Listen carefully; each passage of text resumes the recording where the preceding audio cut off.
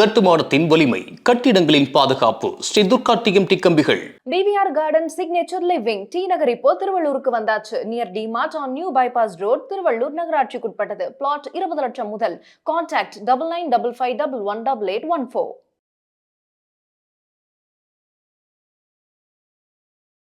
அன்பு நண்பர்கள் அனைவருக்கும் வணக்கம். வாழ்க வையகம், வாழ்க வளமுடன். ஸ்ரீமதே விஷ்ணு சித்தாரே மனோநந்தன ஏதுவே நந்த நந்தன சுந்தரியே கோதாய நித்திய மங்கலம். சார், நம்ம இந்த பக்தி கேஃப் தமிழில் நிறைய விஷயங்களை வாஸ்து பற்றி, ஜோதிடம் பற்றி நம்ம நிறைய டிஸ்கஸ் பண்ணிட்டு வந்திருக்கோம். இப்போ நேயர்கள் என்ன கேட்டிருக்காங்க அப்படின்னா, சார் வாஸ்து ஓரளவுக்கு நாங்கள் எல்லாருமே பார்த்துருவோம் சார், எல்லாருக்குமே நாலேஜ் இருக்குது சார். ஆனால் சில நுணுக்கமான விஷயங்களை வாஸ்துவில் எப்படி பார்ப்பது, அதுதான் சார் எங்களுக்கு தெரியல.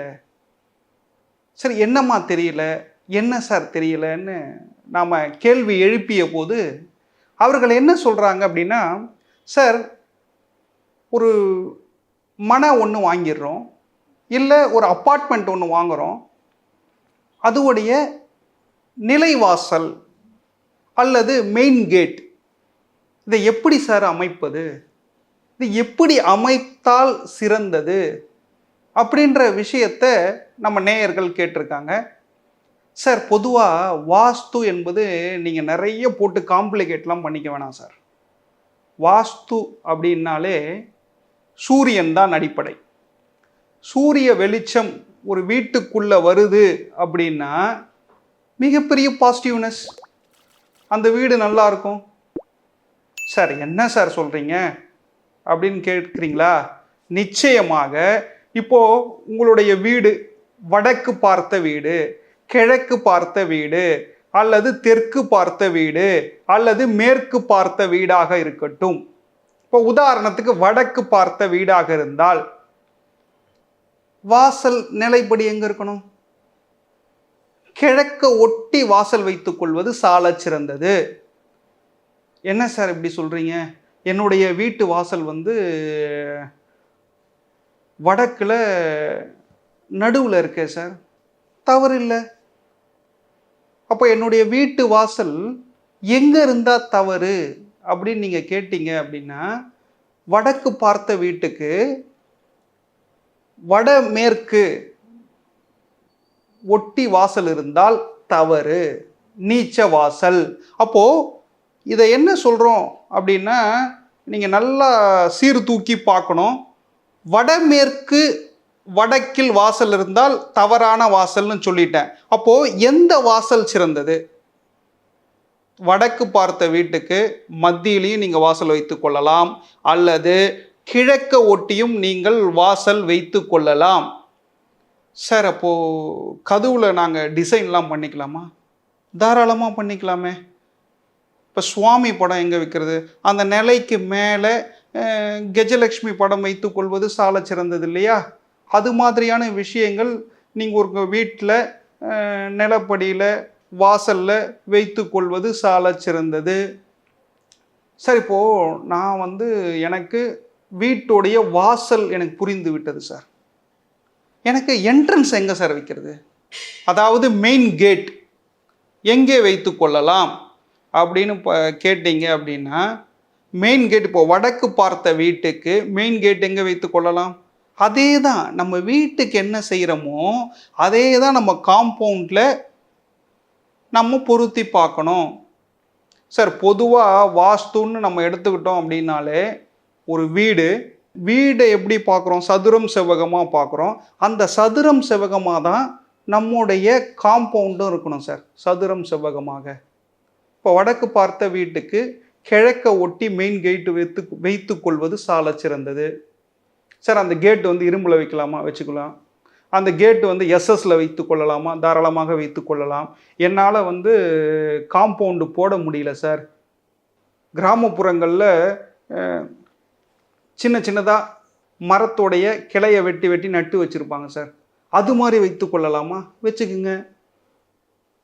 நம்முடைய வீட்டுக்கு 4 பக்கமும் காம்பவுண்ட் வருவது நம்மை மற்ற வீட்டிலிருந்து வரக்கூடிய கெடுதல்களை தடுப்பதற்காகத்தானே தவிர வேறொன்றும் இல்லை. சார், இப்போ வடக்கு பார்த்த வீடும் புரிஞ்சிடுச்சா? அடுத்தது கிழக்கு பார்த்த வீட்டுக்கு வருவோம். இப்போ கிழக்கு பார்த்த வீடு நல்ல வீடா? சூப்பர் வீடு சார். வடக்கு பார்த்த வீடும் நல்ல வீடு தான், கிழக்கு பார்த்த வீடும் நல்ல வீடு தான். வடக்கும் கிழக்கும் சேருகின்ற இடம் ஈசான்யம். அந்த ஈசான்யத்தில் வடக்கு நோக்கி தெரு வந்தாலும் நல்ல தெருக்குத்து, கிழக்கு நோக்கி தெரு வந்தாலும் நல்ல தெருக்குத்து. கிழக்கு பார்த்த வீட்டுக்கு வாசல் எங்கே வைத்து கொள்ளலாம் அப்படின்னா, நீங்கள் வடக்க ஒட்டி வாசல் வைத்து கொள்வது சால சிறந்தது. சார், இதில் இன்னொரு முக்கியமான விஷயத்தை நான் உங்களுக்கு இந்த காம்பவுண்டு, இந்த வீடு, நிலவாசலை பற்றி ஒரு அற்புதமான விஷயத்தை நான் இன்றைக்கி உங்களுக்கு சொல்லித்தரேன் சார். இப்போ கிழக்கு பார்த்த வீடு முடிஞ்சு போச்சு. தெற்கு பார்த்த வீடு. தெற்கு பார்த்த வீட்டுக்கு எங்கே வாசல் வைத்து கொள்ளலாம் அப்படின்னா, கிழக்க ஒட்டி வாசல் வைத்து கொள்வது நல்லது. அது உச்ச வாசல். அப்போது காம்பவுண்ட் எங்கே வைத்து கொள்ளலாம்? காம்பவுண்டில் வரக்கூடிய மெயின் கேட் எங்கே வைத்து கொள்ளலாம்? தெற்கு பார்த்த வீட்டுக்கு கிழக்க ஒட்டி நம்ம காம்பவுண்டில் கேட்டு வைத்து கொள்வது சால சிறந்தது. சரி சார், இப்போ மேற்கு பார்த்த வீடு. மேற்கு பார்த்த வீட்டுக்கு எங்கே வைத்து கொள்ளலாம்? வடக்க ஒட்டி வாசல் வைத்து கொள்வது சால சிறந்தது. அப்போ காம்பவுண்டில் சார் அதே தான், வடக்க ஒட்டி நம்ம மெயின் கேட்டு வைத்து கொள்ள வேண்டும். சார், இன்னொரு விஷயம், நம்ம அற்புதமான கேள்வி கேட்டிருக்காங்க நேயர்கள். ஒரு வாசல் வரலாமா, 2 வாசல் வரலாமா, 3 வாசல் வரலாமா, 4 வாசல் வரலாமா?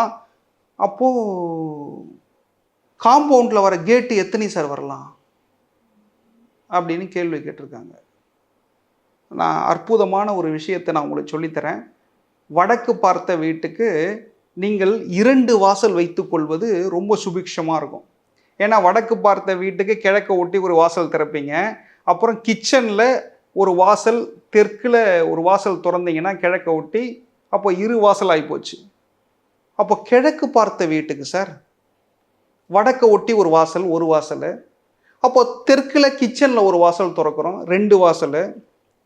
எனக்கு வடக்குலேயும் ஒரு வாசல் வேணும்னு கேட்பாங்க வீட்டில்.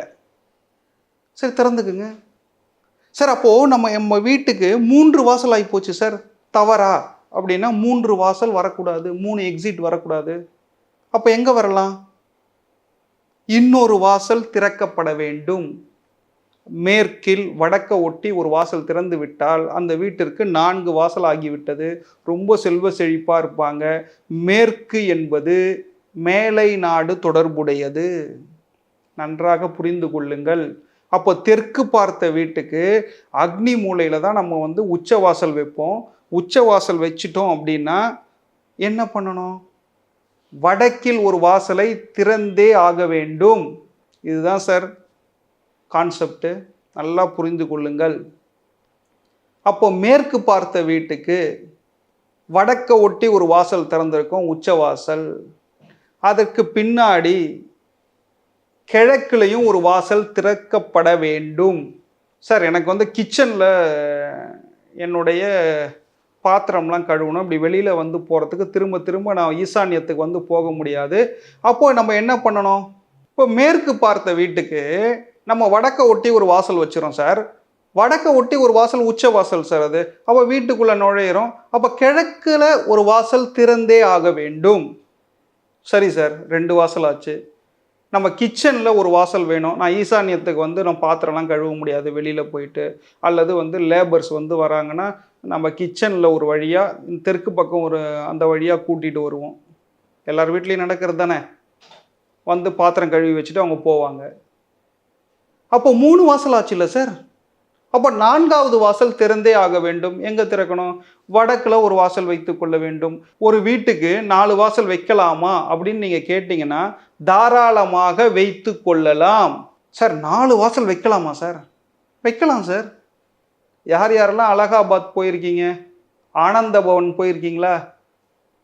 அம்மையார் இந்திரா காந்தி அவர்களுடைய வீட்டை போய் சுற்றி பார்த்தீங்களா? ஜவஹர்லால் நேருவோட வீட்டை போய் சுற்றி பார்த்தீங்களா? 4 பக்கமும் வாசல் உண்டு. அப்போ 4 பக்கமும் வாசல் வைத்து கொள்ளலாமாக? தாராளமாக வைத்து கொள்ளலாம். சிறப்பான வாழ்க்கையை வாழ முடியும்.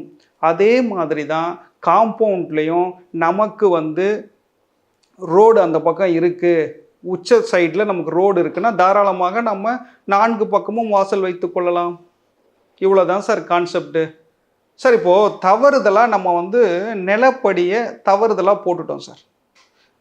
வடக்கில் வடமேற்கு சைடு போட்டுட்டோம். என்ன ஆகும்? நம்மளுடைய கேரக்டர் தேவையில்லாமல் அசாசினேட்டட் ஆகும் சார். அப்போ கிழக்கில் தென்கிழக்கில் கிழக்கு நோக்கி ஒரு வாசலை திறந்துட்டோம் அப்படின்னா என்ன ஆகும்னா, மனநலம் அல்லது தேவையில்லாத கேன்சர் சம்மந்தப்பட்ட விஷயங்கள், ஃப்ரஸ்ட்ரேஷன் சம்மந்தப்பட்ட விஷயங்கள் உள்ளே வந்துடும் சார். சரி சார், அடுத்து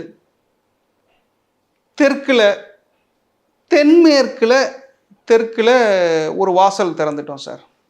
அது மிகப்பெரிய தவறை உண்டாக்கும். என்ன பண்ணும் அப்படின்னா, தெற்கு என்பது ஒரு வீட்டில் 4 வாரிசுகள் இருக்காங்க அப்படின்னா, தென்மேற்கு தெற்கில் ஒரு வாசலை திறந்துட்டிங்கன்னா அந்த 3வது வாரிசு பாதிக்கப்படும். மேற்கில் வடக்க ஒட்டி நீங்கள் உச்சத்தில் திறந்தீங்கன்னா நோ இஷ்யூஸு. அப்போ தென்மேற்கு மேற்கில் ஒரு வாசல் திறந்தீங்க அப்படின்னா 4வது வாரிசாக இருந்தால் அந்த வீட்டில் அவர்கள் கஷ்டப்படுவார்கள், துன்பப்படுவார்கள்.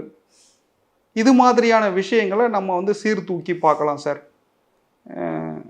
மெயின் கான்செப்டு வாசல், மெயின் கேட்டு உங்களுக்கு புரிஞ்சிருக்கும்னு நினைக்கிறேன்.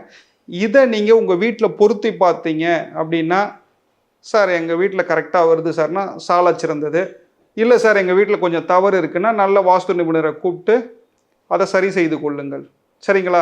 நன்றி, வணக்கம். இந்த வீடியோ உங்களுக்கு பிடிச்சிருந்தா லைக் பண்ணுங்க, ஷேர் பண்ணுங்க, கமெண்ட் பண்ணுங்க. மறக்காம பெல் பட்டனை கிளிக் பண்ணிட்டு பக்தி கஃபே தமிழ் சேனலை சப்ஸ்கிரைப் பண்ணிடுங்க.